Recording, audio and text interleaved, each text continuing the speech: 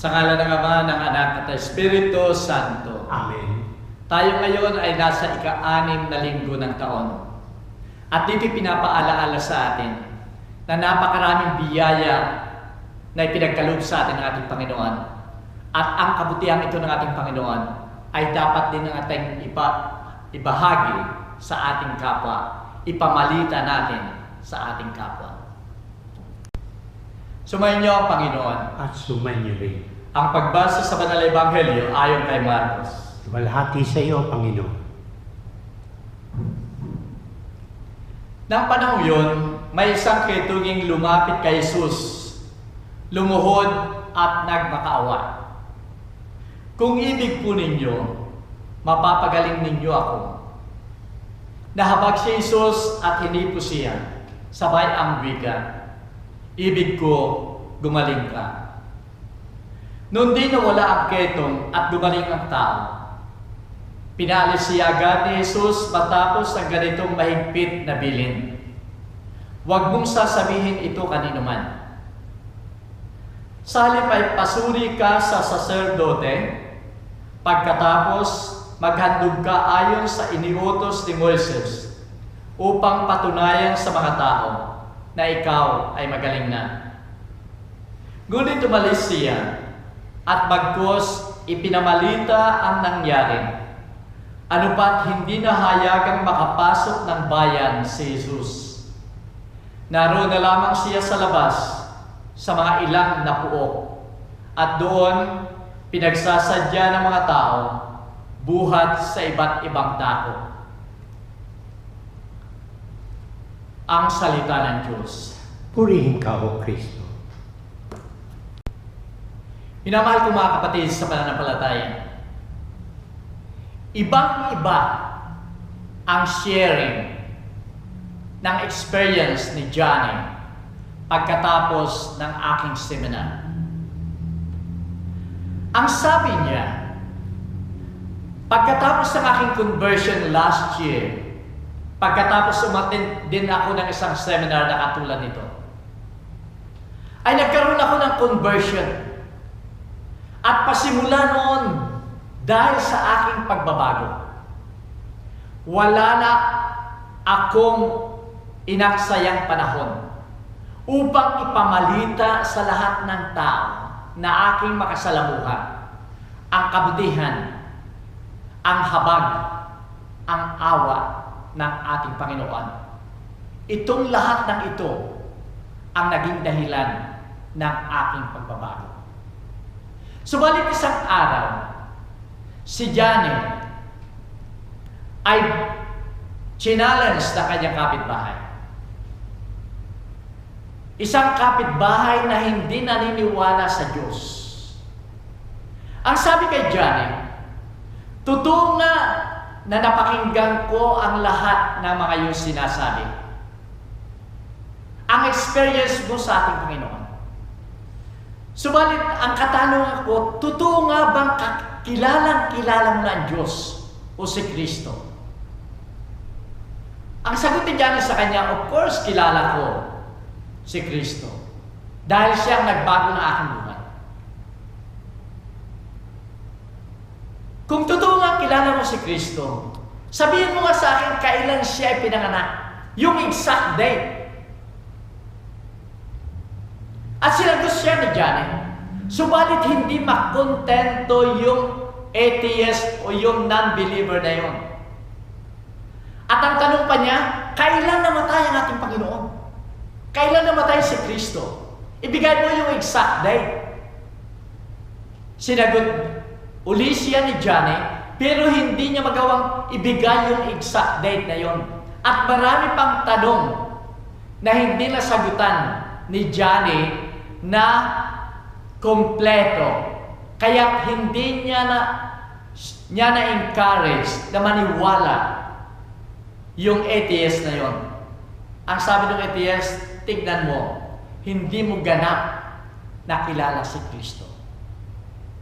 Kaya ang sagot lang sa kanya ni Johnny, maring hindi ko ganap na kilala si Kristo. Pero ito lamang ang masasabi ko, 2 taon na ang nakararaan. Ako ay napakasama. Ang dami kong bisyo sa aking sarili.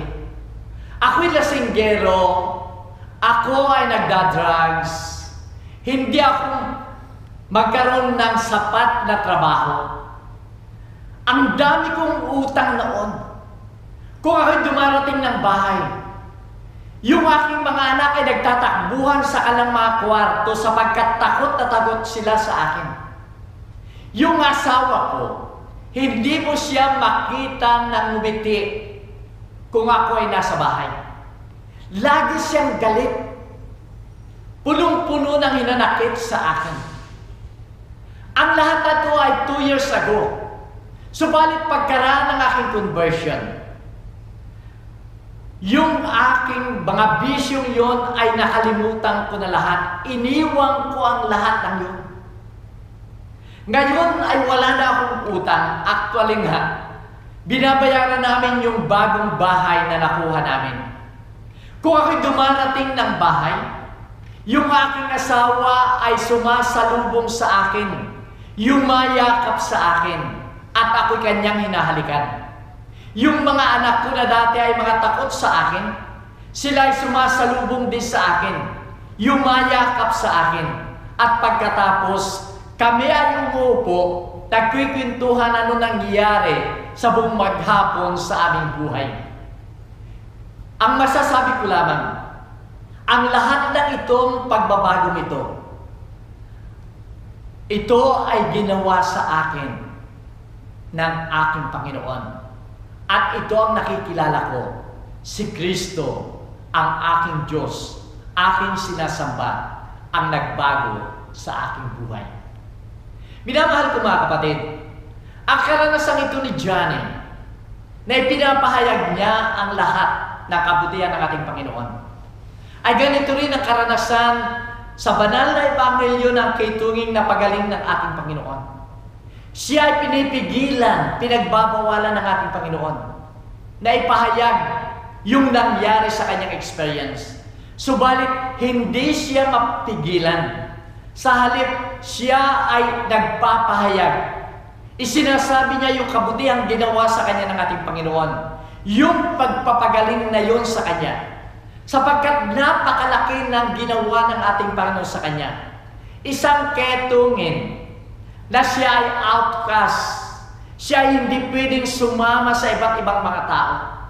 Na kung siya ay mapapalapit sa mga tao ay dapat ay sumisigaw siya sa first reading, "Ako ay marumi," upang sa ganoon ang mga tao lumayo sa kanya at huwag siyang tabihan o mapalapit sa kanya.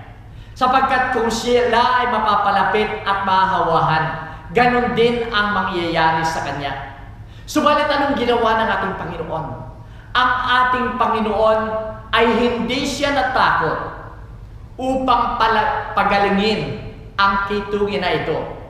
Nang magpakaawa at lumuhod sa kanya ang kitungin ito, siya ay kanyang hinipo at pinagaling. Minamahal ko mga kapatid, ganitong kabutihan ng ating Panginoon ang ipinapahayag ng kitungin ito sa iba't ibang mga tao. At ganito rin kabutihan ito ang ipinapahayag ni Johnny sa lahat ng pagkakataon. Minamahal ko mga kapatid, tayo ay katulad ng kitungin na yon. Tayo ay malimit lumuhod. Tayo ay malimit magmakaawa sa ating Panginoon. Humihingi tayo ng awa, biyaya at tulong sa ating Panginoon. At kung ito man ay hindi natin nararamdaman, ang ating Panginoon dahil sa kanyang habag at awa, ay hinihipo tayo ng ating Panginoon. Maring hindi natin nararamdaman, maring hindi natin nakikita na tayo sinasagot ng ating Panginoon, subalit ang ating Panginoon ay hindi nagbibingi-bingihan sa ating mga panalangin. Lagi niyang pinapakinggan yung ating panalangin at ipinagkakaloob sa atin ang nararapat na nasa atin. Kung ito man ay hindi atin, ganun pa rin ang ating Panginoon. Siya lagi ay kasama natin. Sa tanang buhay natin, minamahal ko mga kapatid, ay hinipo tayo ng ating Panginoon upang makasama niya. Simula pa ng ating pagiging Kristiyano, nang tayo ay binyagan. Hinipo na tayo ng ating Panginoon upang tayo ay maging kapatid niya, brothers and sisters in Christ. Nang tayo ay tumanggap ng sakramento ng kumpil, ipinahayag ng ating Panginoon, in-stretch niya ang kanyang mga kamay upang ibigay sa atin ang pangako niya ng Espiritu Santo, upang tayo magkaroon ng lakas, upang tayo magabayan sa ating pananampalataya. Nang ang isang tao ay tumatanggap ng banal na pakikinabang o komunyon, himala ng lahat ng himala. Hindi lamang hinipo tayo ng ating Panginoon, kundi siya mismo ay pumasok sa ating kalooban. Tinatanggap natin ang kanyang katawan at dugo upang sa ganon makasama natin siya. Sa mga taong ikinakasal, ang dalawang tao, ang babae at lalaki na ikinakasal, ay pinag-iisa ng ating Panginoon. Niyayakap niya sila upang sila ay magkaisa at bumuo ng isang pamilya na doon ay makikita ang tunay na pagmamahalan, ang tunay na pagkakaisa, at tunay na kaligayahan ng isang pamilya. Sa sakramento ng sakit, ang katawang nanginginig, ang katawang nanghihina, ay pinalalakas ng ating Panginoon hindi lamang physically kundi ang kaluluwa. Ang lahat ng ito ginawa ng ating Panginoon sapagkat naroon yung kanyang awa, naroon yung kanyang habag, naroon yung kanyang pagnanais na gumaling tayo at paligtas tayo. Ito man ay ating mga pisikal na kasalanan. Ito man ay espiritual na bagay. Nais ng ating Panginoon na makasama siya upang sa gayon tayo ay lumakas. Minamahal ko mga kapatid, tayong lahat ay inanyayahan ng ating Panginoon na tumulad sa kitungin na yan.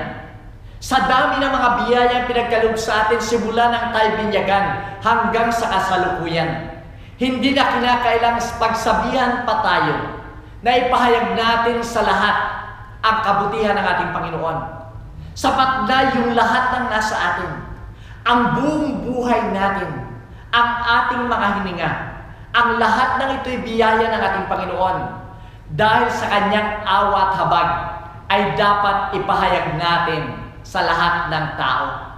Ganon din, tularan din natin ang ating Panginoon. Ang ating Panginoon na hindi nang hinawa, hindi natakot, hindi siya umalis. Sa halip, kahit naroon yung danger na siya'y mahawa ng isang kitungin, ay ginawa niya ang lahat na lumapit upang makatulong, upang makapaglingkod sa ating kapwa. Ganon din ang inaanyayahan sa atin. Tayo huwag matakot, tayo huwag mapagod na tumulong sa ating kapwa. Mga kapwa na nangangailangan ng tulong physically, kung minsan ay nakikita na natin sila, na sila ay naghihirap, kailangan nating tulungan sila. Mentally, kung minsan ay nakikita natin, alam natin na mayroon silang pangangailangan ng pagtanggap. Kailangan nila na ang pagpapatawad. Kailangan nila ng acceptance at dito ay nangangailangan sila ng understanding para sa atin. Sana katulad ng ating Panginoon, katulad ng kanyang understanding doon sa nangangailangan na kitungin, ganun din sana tayo. Makita natin ang pangangailangan ng ating kapwa. Kung mayroon mga taong kailangan ng tulong, financially, o tulong na pisikal, sana ay naroon din tayo. Huwag tayong matakot na lumapit sa mga tao upang tulungan sila. Ganon din spiritually ay may nangangailangan ng tulong.